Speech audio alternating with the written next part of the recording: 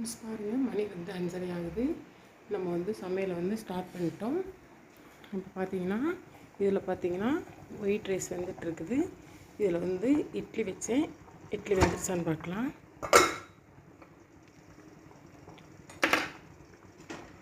இட்லி நல்லா வெந்துருச்சு. இப்போ நம்ம அந்த அடுப்பை ஆஃப் பண்ணிவிட்டு இட்லி இறக்கி வச்சிடலாம்.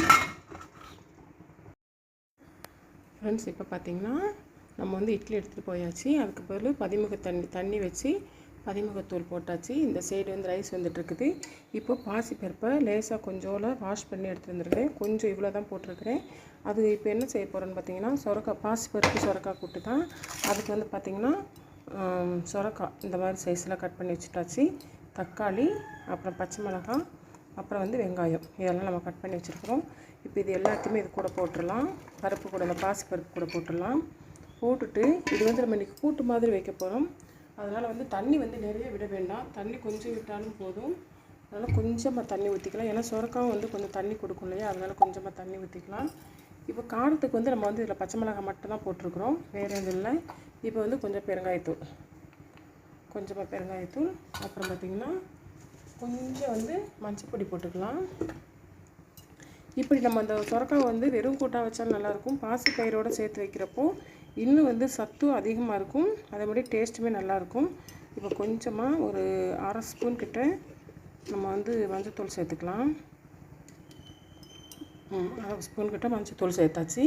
இப்போ பார்த்திங்கன்னா இதில் வந்து கொஞ்சம் சீரகம், சின்ன சீரகம் இருக்கும் இல்லையா, அதுவும் கொஞ்சம் சேர்த்துக்கலாம். நான் வந்து பருப்பு சொரக்காய் கூட்டு இப்படி தான் வைப்பேன்.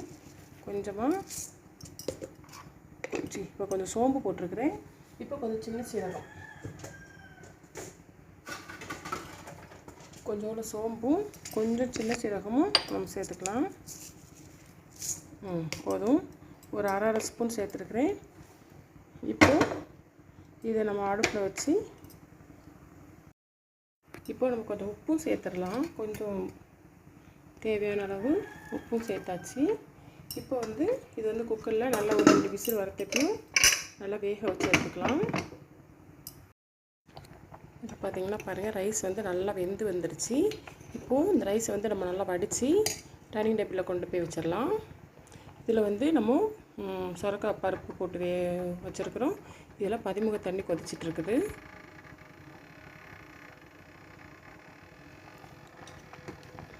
ரைஸையும் வடித்து வச்சிடலாம். இப்போ நமக்கு வந்து ஒரு விசில் வந்துட்டு இன்னும் ஒரு 2 விசில் வரட்டும். இது கூடல நம்ம இன்றைக்கி வெண்டைக்காய் புளி குழம்பு வைக்க போகிறோம். பாருங்கள், சட்டி காய்ச்சிட்ருக்கு. நம்ம வந்து தேங்காய் எண்ணெய் வந்து ஊற்றிக்கலாம். வெண்டைக்காய் புளி குழம்பு தான். புளி குழம்புக்கு வந்து கொஞ்சம் தாராளமாகவே எண்ணெய் விட்டுக்கலாம். எண்ணெய் வந்து நல்லா காயட்டும். இப்போ 2வது விசில் வந்துருச்சு. இன்னும் கொஞ்சம் காயட்டும். 3 விசில் வந்துடுச்சு. நம்ம குக்கரை இறக்கிடலாம். குக்கர் இறக்கிட்டு ஸ்டவ் ஆஃப் பண்ணியாச்சு.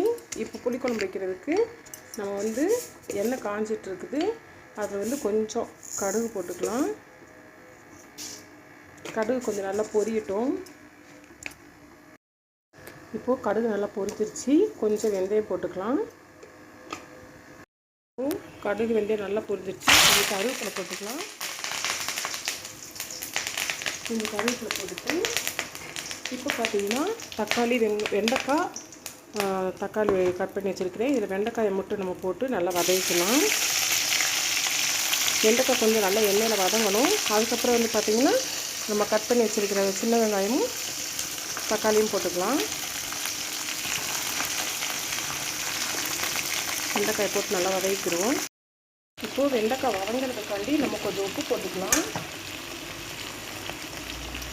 தேவையான அளவு உப்பு போட்டுக்கலாம். உப்பு போட்டு நல்லா வெண்டைக்காயை கொஞ்சம் நேரம் நல்லா வதங்கணும். அப்படின்னா அந்த பிசு தன்மையெல்லாம் போயிடும். அதுக்கப்புறம் பார்த்திங்கன்னா நம்ம வாஷ் பண்ணி வச்சுருக்கிற தக்காளி, கட் பண்ணி வச்சுருக்கிற வெங்காயம் எல்லாத்தையுமே வந்து சேர்த்துக்கலாம். இந்த தக்காளியும் கொஞ்சம் நல்லா மசியணும். அதுக்காக நம்ம ஒரு லெட் போட்டு ஊற்றி வச்சுக்கலாம். கொஞ்சம் நேரம் மசியட்டும். அப்புறம் இதில் பார்த்திங்கன்னா பதிமுக தண்ணி நல்லா கொதிச்சிருச்சு. இப்போ இதே இறக்கி வச்சிருக்கேன். ஃப்ரெண்ட்ஸ் இப்போ பாருங்கள், இது வந்து நல்லா வந்து வதங்கி வந்துடுச்சு. நம்ம லேசாக இப்படி தக்காளி இப்படி மசிச்சு விட்டோம் அப்படின்னா கொஞ்சம் நேரம் அப்படியே அந்த வெந்ததுனால தக்காளி வந்து நல்லா ஈஸியாக மசிஞ்சிடும். எப்பயுமே வந்து எந்த குழம்புக்குமே வந்து தக்காளி வந்து முழுசாக இல்லாமல் நல்லா மசிஞ்சிருந்தால் அந்த குழம்பு வந்து நல்லா டேஸ்ட்டாக இருக்கும். பாருங்கள், இப்போ நம்ம நல்லா மசிச்சு விட தக்காளி வந்து நல்லா மசிஞ்சு வந்துருச்சு. இப்போ பார்த்திங்கன்னா நான் வந்து குழம்பு மிளகாத்தூள் வீட்டில் அரைச்ச மல்லி, சீரகம், மிளகு, வெந்தயம், பெருங்காயம் எல்லாம் போட்டு வீட்டில் அரைச்ச மசாலா தான். பார்த்திங்கன்னா இப்போ இது நல்லா வந்து வதங்கி வந்துச்சு. பார்த்திங்களா, இப்போது வீட்டில் அரைச்ச குழம்பு மிளகாத்தூள் சேர்த்துக்கலாம். சேர்த்து இதையுமே வந்து லேசாக அந்த எண்ணெயில் ஒரு பிரட்டி விட்டுடலாம். கொஞ்சம் மசாலா வந்து அந்த எண்ணெயில் ஒரு 2 நிமிஷம் பிரட்டணும் அப்படின்னா அது டேஸ்ட் கொஞ்சம் நல்லாயிருக்கும். பார்த்திங்கன்னா பாருங்கள், நல்லா வந்து இதாகிடுச்சு. இப்போ தேவையான அளவு தண்ணி ஊற்றிக்கலாம். தேவையான அளவு தண்ணி ஊற்றி கொஞ்சம் இப்போ கொஞ்சம் தான் தண்ணி ஊற்றிருக்கிறேன். ஏன்னா இது கூட பார்த்திங்கன்னா நம்ம கொஞ்சம் தேங்காய், அப்புறம் பார்த்திங்கன்னா புளி, கொஞ்சம் சீரகம் வச்சு அரைச்சி எடுத்துகிட்டு வர போகிறோம். அதே ஊற்றுவோம் இல்லையா அந்த தண்ணியும். அதனால் இப்போ இந்த தண்ணியிலேயும் கொஞ்சம் நல்லா மசாலா வந்து நல்லா கொஞ்சம் வேகட்டும்.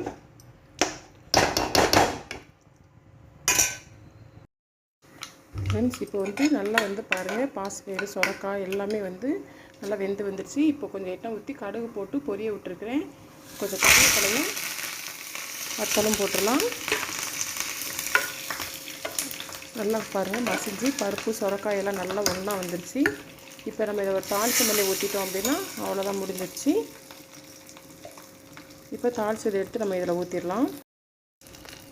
இப்போது நம்மளுக்கு சொரக்காய் போட்டு பாசிப்பருப்பு வச்சு கூட்டு ரெடி. அப்படியே கொண்டு போய் நம்ம டைனிங் டேபிளில் வச்சிடலாம்.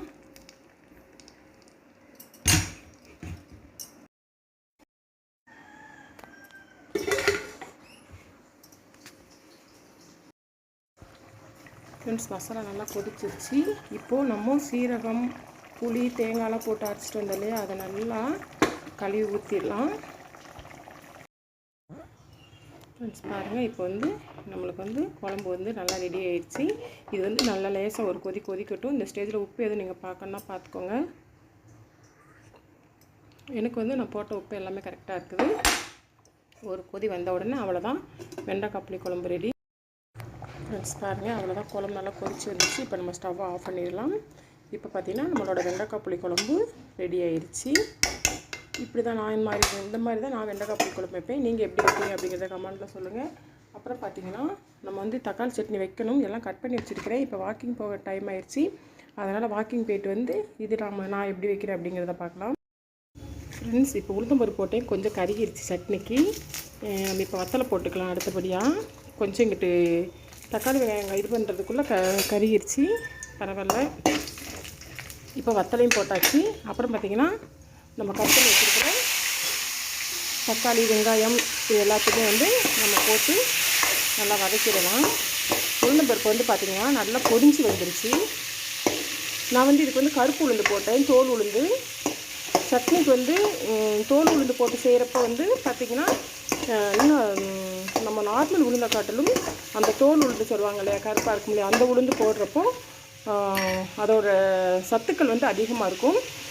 சட்னிக்கு வந்து இந்த மாதிரி போட்டுக்கலாம். வெந்தயக்களிக்குமே வந்து நம்ம வெள்ளை உளுந்து போடுறது போல் இந்த மாதிரி தோல் உளுந்து போட்டு அரைக்கலாம். ஏன்னா களி வந்து பார்க்க வந்து கொஞ்சம் இதாக தெரியாது, ஆனால் சத்து இருக்கும். நான் வந்து களிக்கு வந்து பார்த்திங்கன்னா வெள்ளை உளுந்து தான் போட்டேன். இதுக்கு வந்து கொஞ்சம் ஒரு 2 ஸ்பூன் கருப்பு உளுந்து போட்டு வறுத்து எடுத்தாச்சு. அப்புறம் பார்த்திங்கன்னா வத்தல், வெங்காயம், தக்காளி, பூண்டு எல்லாமே போட்டு நல்லா வதக்கிக்கலாம். நல்லா வதங்கிறதுக்கு கொஞ்சம் உப்பு போட்டுக்கலாம்.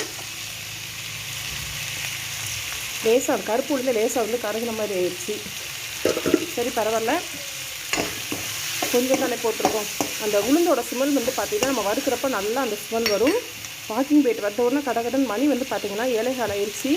டக்குன்னு செய்யணும் இல்லையா, அதனால் இப்போது இது நல்லா வதங்கின உடனே கொஞ்சம் மல்லித்தலை போட்டுக்கலாம். மல்லி வந்து நல்லா தண்ணியில் வந்து வாஷ் பண்ணி எடுத்து வச்சுருந்தேன். இப்போ அதையுமே நம்ம போட்டுக்கலாம். போட்டு இதையுமே வந்து நல்லா கொஞ்சம் லேசாக கொஞ்சம் நேரம் வதங்கட்டும். வதங்கி ஆற வச்சு நம்ம அரைச்சி எடுத்துகிட்டு வந்துடலாம். ஃப்ரெண்ட்ஸ், சட்னி வந்து நம்ம பாருங்கள் நல்லா வதக்கி ஆட்டி கொண்டு வந்து வச்சாச்சு. இப்படி தான் இருக்குது சட்னி. நம்ம அந்த கருப்பு உளுந்து போட்டதுனால அதோட இது வந்து பார்த்திங்கன்னா கொஞ்சம் கொஞ்சம் தெரியும். சட்னியும் ரெடி, எல்லா சமையலுமே முடிச்சாச்சு.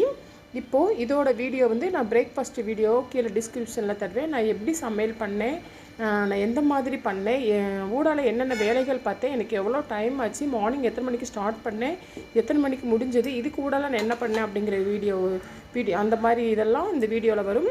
9 மணிக்கு ஷார்ப்பாக நான் அப்லோட் பண்ணிடுவேன். வேணுங்கிறவங்க போய் பார்த்துக்கோங்க. வெண்டைக்காய் புளிக்குழம்பு நான் எந்த மாதிரி ஸ்டைலில் வச்சேன் அப்படிங்கிறதும் நான் சொல்லியிருக்கிறேன். வெண்டைக்காய் புளிக்குழம்பு, சொரக்காய் கூட்டு, சட்னி எல்லாமே நான் எந்த மாதிரி என்னோடய ஸ்டைலில் வச்சேன் அப்படிங்கிறதையும் சொல்லியிருக்கிறேன். வேணுங்கிறவங்க போய் 9 மணிக்கு மேலே போய் பார்த்துக்கோங்க. இதோட டிஸ்கிரிப்ஷன், இதோட ஃபுல் வீடியோ வந்து நான் பிரேக்ஃபாஸ்ட் வீடியோவில் கீழே டிஸ்கிரிப்ஷனே தர்றேன். வேணுங்கிறவங்க பார்த்துக்கோங்க. Okay friends, okay bye.